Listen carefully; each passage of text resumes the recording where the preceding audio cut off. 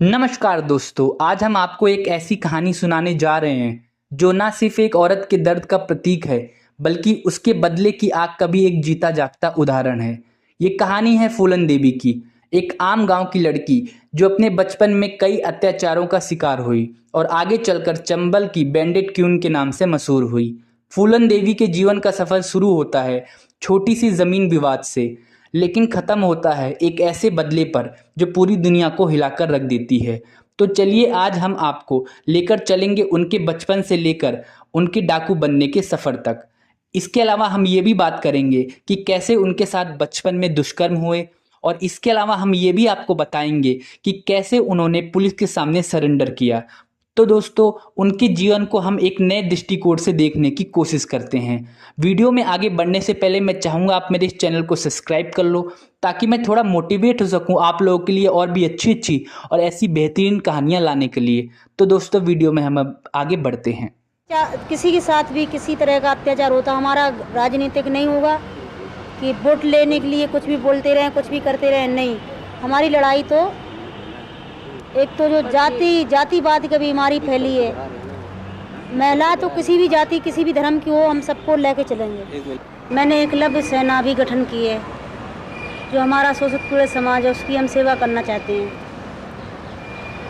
और हम आप सबसे कहेंगे कि इसमें आप सब सहयोग दें, जो हम इसमें थोड़ा हमारा जो गरीब समाज है, गरीब जिस शोषित पीड़ित समाज है, जिसका शोषण होता है, उसकी हम सेवा कर सकें आप सबके सहयोग से। तो दोस्तों, फूलन देवी का जन्म 10 अगस्त 1963 को भारत के उत्तर प्रदेश के जालौन जिले के पुरवा गांव में हुआ। फूलन देवी के फादर का नाम देवी दीन था। यहीं से ही फूलन का नाम फूलन देवी पड़ा। देवी दीन के टोटल 5 बच्चे थे, उनमें 4 बेटियां और एक बेटा। तो दोस्तों, फूलन देवी सबसे छोटी थी और पहले तो देवी दीन नहीं चाहते थे कि फूलन देवी का जन्म हो, क्योंकि पहले से ही देवी दीन के पास 3 लड़कियां और एक लड़का था, और अब फूलन देवी को मिला के टोटल 4 लड़कियां और एक लड़का हो गया था। फूलन देवी का परिवार बहुत ही गरीब था। ये लोग मल्ला जाति से संबंध रखते थे और मल्ला जाति उस टाइम बहुत ही गरीब हुआ करते थे। इसके अलावा मल्ला जाति के लोग नाव भी चलाया करते थे, तो इनके फादर के पास भी एक नाव हुआ करती थी जो ये अपने परिवार के पालन पोषण के लिए कभी कभी चलाते थे। तो दोस्तों, फूलन देवी बचपन से ही बहुत ही ज्यादा गुस्सैल स्वभाव की थी। वो अपने हक के लिए किसी से भी लड़ने से डरती नहीं थी। इसलिए फूलन देवी की लड़ाई ज्यादातर गांव के लोगों से या फिर अपने खुद के फादर से भी हो जाया करती थी। फूलन देवी के फादर के पास एक छोटी सी जमीन थी जिसका यूज करके ये अपना पालन पोषण करते थे। वहीं दूसरी तरफ फूलन देवी के फादर के एक भाई थे, मतलब फूलन देवी का एक चाचा था जो कि थोड़ा खतरनाक था, और उसने धीरे धीरे करके फूलन देवी के फादर की जमीन को हड़प ली। जिसके बाद फूलन देवी बहुत ही ज्यादा गुस्सा हो गई और वो अपने चाचा से लड़ने के लिए उसके पास चली गई। तो दोस्तों, उस टाइम फूलन देवी की उम्र लगभग लगभग 8 वर्ष की रही होगी, और उस उम्र में भी फूलन देवी नहीं डरी और अपने चाचा से अपने हक की जमीन मांगने लगी, लेकिन उसका चाचा नहीं माना। इसके बाद फूलन देवी काफी टाइम तक उसके घर के बाहर धरने पे बैठी रही, लेकिन उसका भी कोई हल नहीं निकला, और धीरे धीरे करके फूलन देवी के चाचा ने फूलन देवी की सारी जमीनों पे कब्जा कर लिया। जब फूलन देवी के फादर को फूलन देवी का स्वभाव का धीरे धीरे अंदाजा लगा कि फूलन देवी बहुत ज्यादा गुस्सैल स्वभाव की है, ये किसी से भी लड़ लेती है, तो देवी दीन बहुत ज्यादा डर गए। उन्होंने सोचा कि अगर गांव में रहना है तो सबसे बना के रहना पड़ेगा, और जब तक फूलन देवी इस गांव में इनके साथ रहेगी, इनकी फैमिली की किसी से भी नहीं बनेगी। इस वजह से 11 वर्ष की आयु में फूलन देवी के फादर ने फूलन देवी की एक 35 वर्षीय अधेड़ आदमी से शादी कर दी। मतलब सोचिए, जिससे फूलन देवी की शादी हुई उसकी एज लगभग लगभग 35 से 40 साल रही होगी। और शादी के बाद फूलन देवी अपने ससुराल चली गई। ससुराल में जो ससुराल वाले थे वो फूलन देवी से बहुत गंदा व्यवहार करते थे, और फूलन देवी का जो पति था वो भी फूलन देवी को मारा पीटा करता था। और उस छोटी सी आयु में फूलन देवी का पति बिना फूलन देवी की मर्जी के उसके साथ दुष्कर्म किया करता था और बुरी तरीके से उसके साथ अत्याचार करता था। इससे तंग आकर फूलन देवी एक दिन अपने घर अपने मायके वापस भागकर आ गई। फूलन देवी ने सोचा कि उसके परिवार वाले, उसके गांव वाले उसको अपनाएंगे और उसकी भावनाओं का सम्मान करेंगे, उसको समझेंगे। लेकिन ना तो फूलन देवी को उसके गांव वाले समझे, ना ही उसके फादर समझे। और फूलन देवी के फादर ने बहुत ज्यादा खरी खोटी सुनाई। इसके बाद क्या हुआ, फूलन देवी के ऊपर उसके चाचा के लड़के ने चोरी का इल्जाम लगा दिया, जिसके बाद फूलन देवी को कुछ टाइम तक जेल में रहना पड़ा। और जेल के अंदर भी फूलन देवी के साथ दुष्कर्म हुआ, मतलब पुलिस वालों ने भी फूलन देवी के साथ दुर्व्यवहार किया, दुष्कर्म किया। जिसके बाद फूलन देवी मेंटली बहुत ज्यादा डिस्टर्ब हो गई। और वहीं दूसरी तरफ फूलन देवी को इस बात का भी अफसोस था कि उसके फादर उसका साथ नहीं दे रहे और ना ही उसके गांव वाले उसका साथ दे रहे हैं। इसके बाद जब फूलन देवी किसी तरीके से जेल से बाहर आई, इसके बाद फूलन देवी के फादर ने फूलन देवी को वापस ससुराल भेज दिया। फूलन देवी ने पहले सोचा कि हो सकता है उसके जो ससुराल वाले हैं वो सुधर गए हों या फिर उनका व्यवहार थोड़ा चेंज हो जाए। लेकिन फूलन देवी के साथ उनके ससुराल वालों का व्यवहार वैसा का वैसा ही बना रहा। इसके बाद फूलन देवी ने खुद ही उस ससुराल को छोड़ दिया और छोड़ के वो कहीं पे भाग गई। कुछ टाइम तक फूलन देवी इधर उधर रही। बाद में फूलन देवी को पता चला कि उनके गांव के आसपास कुछ डाकू लोग रहते हैं। फिर फूलन देवी ने सोचा, जब पूरे समाज ने ही उनका बहिष्कार कर दिया है और इसके अलावा उनके खुद के फादर ने भी उनका बहिष्कार कर दिया है और उसको समझ नहीं रहे उसके खुद के फादर, तो क्यों ना डाकू बना जाए और इनके साथ ही रहा जाए। इसके बाद फूलन देवी ने उस डाकू के गिरोह को ज्वाइन कर लिया। कुछ टाइम तक फूलन देवी उस डाकुओं के गिरोह में थोड़ी डरी सहमी से रही। लेकिन बाद में क्या हुआ कि धीरे धीरे वो ढलने लग गई उस माहौल में और उनको मजा आने लग गया कि कैसे बिना किसी से डरे जिया जाता है। तो दोस्तों, जैसे कि आप लोगों को पता है कि हर समाज में, हर गुट में कई तरह के लोग रहते हैं, उसी तरीके से उन डाकुओं के समूह में भी कुछ लोग ऐसे थे जो फूलन देवी का सम्मान करते थे। वहीं कुछ लोग ऐसे थे जो फूलन देवी से बहुत ज्यादा जलते थे और उसका यूज करना चाहते थे। तो दोस्तों, जिस डाकुओं के गुट में फूलन देवी शामिल हुए थे, उस डाकुओं का गुट का एक सरदार था जिसका नाम था बाबू गुजर। और इसके अलावा जो सेकंड नंबर पे जो उस डाकुओं के ग्रुप का सरदार था, उसका नाम था विक्रम मल्ला। तो दोस्तों, ये जो विक्रम मल्ला था, ये भी फूलन भाई की कास्ट से ही संबंध रखता था, इसलिए विक्रम मल्ला थोड़ा सा सॉफ्ट था फूलन देवी के लिए। तो दोस्तों, जो बाबू गुज्जर था वो फूलन देवी को गंदी नजर से देखता था और उसके साथ दुष्कर्म करना चाहता था। तो कई बार बाबू गुज्जर ने फूलन देवी के साथ दुष्कर्म करने की कोशिश करी, लेकिन वो नाकाम रहा। लेकिन एक दिन क्या होता है, फूलन देवी अकेली रूम में बैठी होती हैं, तभी बाबू गुज्जर आता है और फूलन देवी के साथ जबरदस्ती करने की कोशिश करता है। और उसी टाइम विक्रम मल्ला वहां पे आ जाता है। विक्रम मल्ला अपने सरदार को रोकने की कोशिश करता है, लेकिन बाबू गुज्जर नहीं मानता। इसके बाद विक्रम मल्ला गुस्से में आके बाबू गुज्जर के ऊपर गोलियां चला देता है और बाबू गुज्जर की वहीं पे मौत हो जाती है। इसके बाद क्या होता है, विक्रम मल्ला सारे डाकुओं के पास जाता है और अपने आप को डाकुओं का सरदार घोषित कर देता है। विक्रम मल्ला ने अपने आप को डाकुओं का सरदार घोषित कर दिया था। और वहीं दूसरी तरफ फूलन देवी और विक्रम मल्ला भी एक दूसरे को पसंद करने लग गए थे। और धीरे धीरे करके फूलन देवी का जो डाकुओं के बीच वर्चस्व था वो धीरे धीरे बढ़ रहा था। तो दोस्तों, थोड़े टाइम बाद क्या होता है, इनके गुट में दो नए लोग शामिल होते हैं जिनका नाम होता है श्री राम और लाला राम।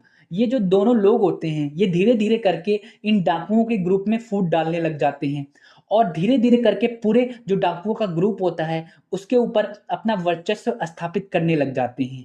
और एक दिन क्या होता है, श्री राम और लाला राम मिलके क्या करते हैं, विक्रम मल्ला का कत्ल कर देते हैं। और इसके बाद ये क्या करते हैं, फूलन देवी को ये लोग अपने गांव में उठा के लेके चले जाते हैं। उस गांव का नाम होता है बेहमई। काफी टाइम तक ये फूलन देवी को बेमही के एक छोटे से कमरे में बंद करके रखते हैं।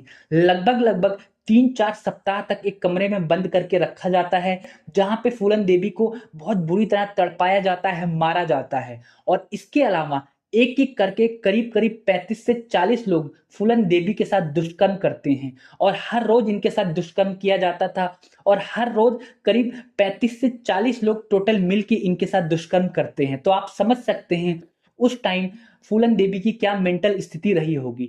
और इस घटना के बाद फूलन देवी पूरी तरीके से टूट चुकी थी।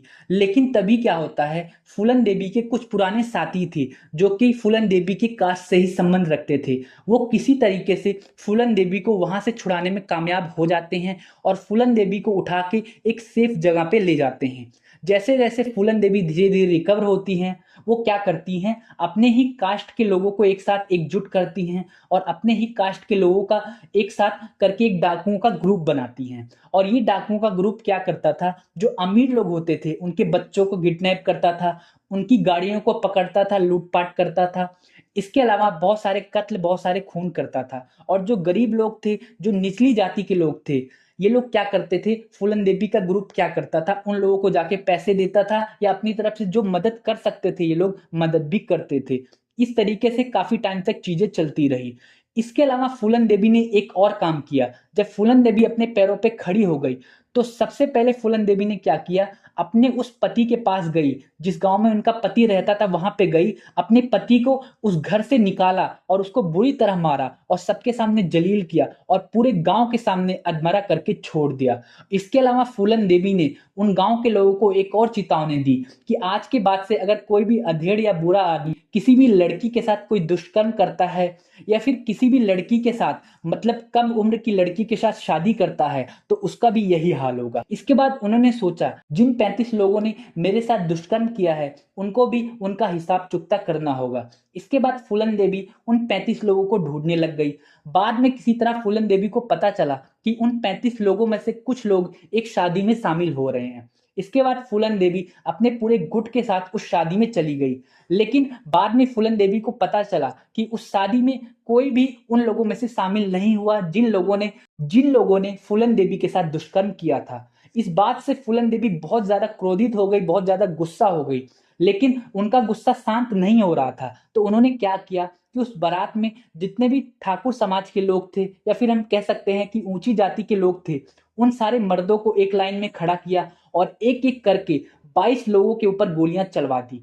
तो दोस्तों, इनमें से 21 लोग मारे गए और सिर्फ एक बंदा बच पाया किसी तरीके से। आप नेट पे जाके उस आखिरी बंदे का इंटरव्यू भी देख सकते हैं। उस बंदे ने अपनी आप बीती उस इंटरव्यू में सुनाई हुई है। तो दोस्तों, जब फूलन देवी ने इस घटना को अंजाम दिया, इसके बाद फूलन देवी का नाम पूरे भारतवर्ष में फैल गया। मीडिया में, राजनेताओं के पास हर जगह एक ही नाम गूंज रहा था, फूलन देवी, फूलन देवी। कुछ लोग फूलन देवी को अच्छा मान रहे थे और कुछ लोग फूलन देवी को एक गैंगस्टर, एक डाकू के रूप में देख रहे थे। तो दोस्तों, फूलन देवी ने बाद में उन 35 लोगों को किसी तरीके से ढूंढा और एक एक करके खत्म कर दिया। इस तरीके से फूलन देवी ने अपना बदला कंप्लीट किया। इसके अलावा जब भारत की राजनीति में फूलन देवी का नाम धीरे धीरे ऊपर होने लग गया, तो भारत के राजनेताओं पे ये प्रेशर बढ़ने लग गया कि फूलन देवी को किसी तरीके से पकड़ा जाए। पुलिस वालों ने 2 सालों तक काफी कोशिश करी, लेकिन फूलन देवी को पकड़ा नहीं जा पा रहा था। इसके बाद जो इंदिरा गांधी थी, उस टाइम प्रधानमंत्री थी, इंदिरा गांधी ने भी अपनी तरफ से बहुत सारी कोशिशें की, लेकिन फूलन देवी कहीं ऐसी जगह छिपी हुई थी जहां से उसको पकड़ना नामुमकिन था। तो दोस्तों, फूलन देवी का जो गिरोह था वो मेनली क्या करता था, जो हाईवे पे गाड़ियां जाती थी वहां से लूटपाट करता था, किडनैपिंग करता था, चोरियां करता था, लोगों को मारता था। इस तरीके से ये लोग अपना रोजगार चलाया करते थे। तो दोस्तों, जब इंदिरा गांधी पूरे तरीके से हार गई, उनको लगा कि अब फूलन देवी को पकड़ना नामुमकिन है, तो उन्होंने सोचा क्यों ना फूलन देवी के साथ एक समझौता किया जाए। तो किसी तरीके से फूलन देवी से बातचीत करने की कोशिश की गई और इसके बाद क्या हुआ, फूलन देवी ने आत्मसमर्पण के लिए हामी भर दी और उसके लिए फूलन देवी ने कुछ शर्त रखे। पहली शर्त ये थी कि फूलन देवी यूपी में सरेंडर नहीं करेगी और इसके अलावा दूसरी शर्त ये थी कि फूलन देवी मध्य प्रदेश में जाके सरेंडर करेगी। इसके अलावा तीसरी शर्त ये थी कि जितने भी डाकू हैं फूलन देवी के गिरोह में, उन लोगों को 8 साल से ज्यादा की सजा नहीं दी जाएगी और ना ही किसी को फांसी की सजा दी जाएगी। इसके अलावा एक शर्त और रखी गई थी कि जब ये डाकू, ये सारे लोग अपनी सजा को कंप्लीट कर लेंगे तो इन लोगों को एक अच्छी जिंदगी जीने के लिए रोजगार दिया जाएगा और रहने के लिए घर दिया जाएगा। इस तरीके से फूलन देवी ने कई सारे शर्त रखे। जो गवर्नमेंट थी वो इन सारे शर्तों को कबूल कर लेती है और फूलन देवी को गिरफ्तार कर लिया जाता है। तो दोस्तों, 13 फरवरी 1983 के दिन फूलन देवी आत्मसमर्पण कर देती है और इसके बाद फूलन देवी के ऊपर केस चलता है 22 कत्ल, 30 लूटपाट और 14 अपहरण के मुकदमे चलाए जाते हैं। और ये मुकदमों की कागजी कार्रवाई में इतना टाइम लग जाता है कि फूलन देवी टोटल 11 साल तक जेल में रहती हैं और किसी भी मुकदमे का इस दौरान कोई भी फैसला नहीं आता। तो दोस्तों इसके बाद क्या होता है, 1993 के आसपास यूपी में मुलायम सिंह की सरकार आ जाती है और मुलायम सिंह ये डिसाइड करते हैं कि फूलन देवी पे अभी तक एक भी कत्ल या एक भी गुनाह का मुकदमा साबित नहीं हो पाया है और 11 सालों से फूलन देवी जेल में रह रही है। तो इसलिए मुलायम सिंह सरकार क्या करती है, इन सारे इल्जामों को खारिज कर देती है और सारे केस वापस ले लेती है। तो दोस्तों एक मैं आपको बात बताऊं कि किसी भी स्टेट की सरकार किसी भी केस को वापस ले सकती है अगर वो केस उनके स्टेट के अंदर हुआ है। तो इस तरीके से मुलायम सिंह सरकार ने सारे केसेस को वापस ले लिया और फिर फूलन देवी को 1993 में छोड़ दिया जाता है। 1993 या 1994 के आसपास छोड़ दिया जाता है। इसके बाद फूलन देवी शादी करती हैं और कुछ सालों तक यूपी में ही रहती हैं। इसके बाद क्या होता है, मुलायम सिंह सरकार की तरफ से फूलन देवी को एक ऑफर दिया जाता है कि वो हमारी तरफ से मतलब समाजवादी पार्टी की तरफ से चुनाव लड़े। तो दोस्तों 1996 में फूलन देवी मिर्जापुर सीट से चुनाव लड़ती है और मिर्जापुर सीट से वो चुनाव जीत भी जाती हैं और कुछ सालों तक वो सांसद रहती हैं। इसके बाद दोबारा चुनाव लड़ती हैं लेकिन इस बार वो चुनाव हार जाती हैं। फिर तिबारा चुनाव लड़ती हैं और इस बार दोबारा ये चुनाव जीत जाती हैं। इस हिसाब से आप अंदाजा लगा सकते हैं कि फूलन देवी को लोग कितना पसंद करते थे। इसी तरीके से फूलन देवी अपनी जिंदगी जी रही थी और लेकिन जैसे कि आप लोगों को पता है कि जिसने जो कर्म किया है उस कर्म की सजा आज नहीं तो कल तो मिल ही जाती है। इसी तरीके से फूलन देवी को भी 25 जुलाई 2001 के दिन शेर सिंह राणा नामक एक व्यक्ति गोलियों से भून देता है और फूलन देवी का कत्ल कर देता है।